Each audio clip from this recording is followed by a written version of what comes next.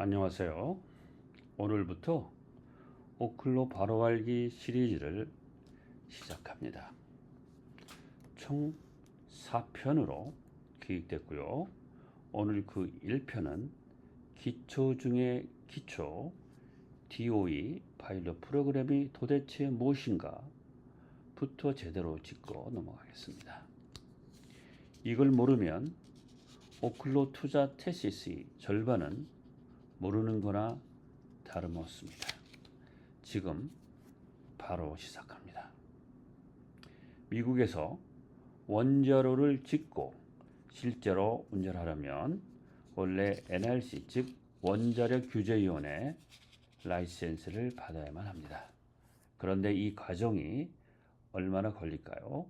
빠르면 10년, 보통 15년에서 20년이 걸립니다. 장난이 아니죠. 실제로 오클로도 지난 2020년에 NRC에 라이센스를 신청했다가 2년 동안 심사만 받고는 2022년에 정보 부족을 이유로 기각당했습니다. 이게 지금까지 미국 첨단 원자력 산업이 마주한 가혹한 현실이었습니다. 그런데 반전이 일어납니다. 트럼프 대통령이 핵 에너지 관련 행정명령에 서명하며 원자로 테스트 개혁을 전격 선언합니다. 목표는 단 하나였습니다. 2026년 7월 4일 미국 독립기념일까지 최소 3개의 테스트 원자로의 임계를 달성하라. 여기서 임계란 원자로가 최초로 자립적인 핵분열 연쇄 반응을 시작하는 순간을 말합니다. 원자로에 처음으로 불이 켜지는 역사적인 순간이죠. 이 날짜가 상징하는 바는 단순한 기술 이정표가 아닙니다. 트럼프 행정부의 핵 에너지 정책 성공을 전 세계에 보여주는 강력한 정치적 이벤트인 셈입니다. 여기서 핵심 질문이 나옵니다. 아니, 규제 기간인 NRC 라이센스도 없이 어떻게 원자로를 짓고 임계를 달성한단 말인가? 답은 바로 원자력법 속에 숨어 있습니다. 이 법에 따르면 DOE 즉 에너지부의 감독하에 건설되는 테스트 목적의 원자로는 법적으로 NRC 라이선스 없어도 운전이 가능합니다. 트럼프 행정부가 이 틈새 조항을 아주 영리하게 활용한 겁니다. 단 조건이 있습니다. 건설 테스트 그리고 나중에 해체하는 비용까지 회사가 전액 부담해야 합니다.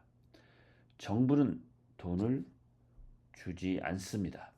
대신 DOE가 참여함으로써 기업에게 주는 엄청난 혜택이 두 가지가 있습니다. 첫째, 정부가 보증하는 프로젝트라는 강력한 민간 투자 유치 신호를 시장에 주는 것이고, 둘째는 향후 상업 운전을 위한 NRC 라이센스로 전환할 때 패스트트랙 혜택을 받게 됩니다. 속도가 완전히 달라지는 거죠. 그렇게 정부 주도로 절차가 진행되었습니다. 물론 DOE 감독하에 있다고 해서 막 짓는 건 아닙니다. 공식 계약을 맺는 OTA 단계부터 설계 안전상을 승인받는 NSDA,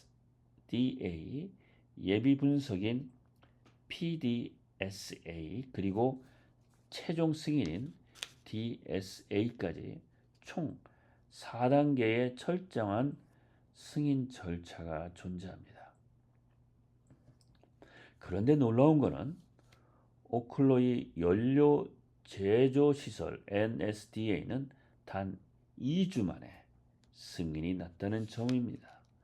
원래대로라면 수년이 걸릴 일이었죠. 정부는 이 파일럿 프로그램의 최초 선정 기업들을 발표했습니다. 총 10개 기업, 11개 프로젝트입니다.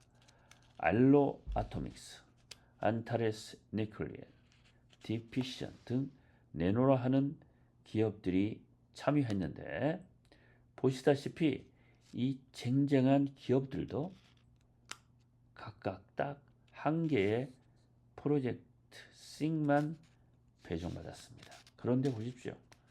오직 오클로만 혼자 3개의 프로젝트를 따냈습니다. 여기에 대해 미국 연방 에너지 규제위원회 위원장을 지낸 에너지 전문가 제임스 단리는 이렇게 말했습니다. 트럼프 대통령의 원자로 프로그램은 행동의 요청입니다. 이 기업들은 독립기념일까지 안전하게 임기를 달성해야 합니다. 그리고 정부에서도 노력 지원하기에 최선을 다할 것입니다. 그렇게 말을 했습니다. 자, 여기서 제 생각을 말씀드리겠습니다. 저는 이 프로그램을 처음 분석했을 때 두 가지가 눈에 들어왔습니다. 첫째, DOE가 돈을 안 준다는 점입니다.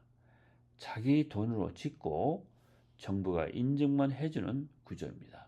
그 말은 즉 진짜 기술과 확실한 자금이 있는 기업만 살아남는다는 뜻입니다. 현재 오클러는 약 2억 5천만 달러, 우리 돈으로 3천억 원이 넘는 든든한 현금 실탄을 보유하고 있습니다. 다른 소규모 스타트업들이 작은 부족으로 중도 포기할 때 오클러는 끝까지 갈 수 있는 체력이 있다는 방증입니다. 두 번째, 오클러는 무려 3개 프로젝트를 독식했다는 점입니다.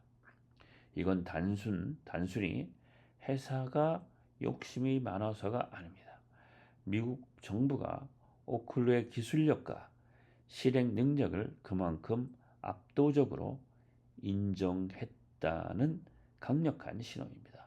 결론적으로 저는 이 판이 오클러에게 매우 유리하게 짜여 있다고 봅니다. 정부 정책, 기술력, 자금력이라는 3박자가 다 맞는 기업은 사실상 오클러가 유일합니다. 물론 리스크도 짚어야 합니다. 7월 4일 독립기념일까지 임계를 달성하지 못한다면 단기적인 주가 충격은 불가피합니다. 그리고 현재 ATM 프로그램을 통한 주식 희석이 진행 중이라는 점도 염두에 두셔야 합니다. 하지만 큰 방향성은 맞습니다. 그렇다면 다른 대기업들도 하나 겨우 가져간 이 파일럿 프로그램을 오클러는 도대체 어떤 기술과 내막이 있길래 혼자 3개나 독식할 수 있을까요? 다음 2편에서 이 3개 프로젝트의 내막을 낱낱이 파헤쳐 드리겠습니다. 감사합니다.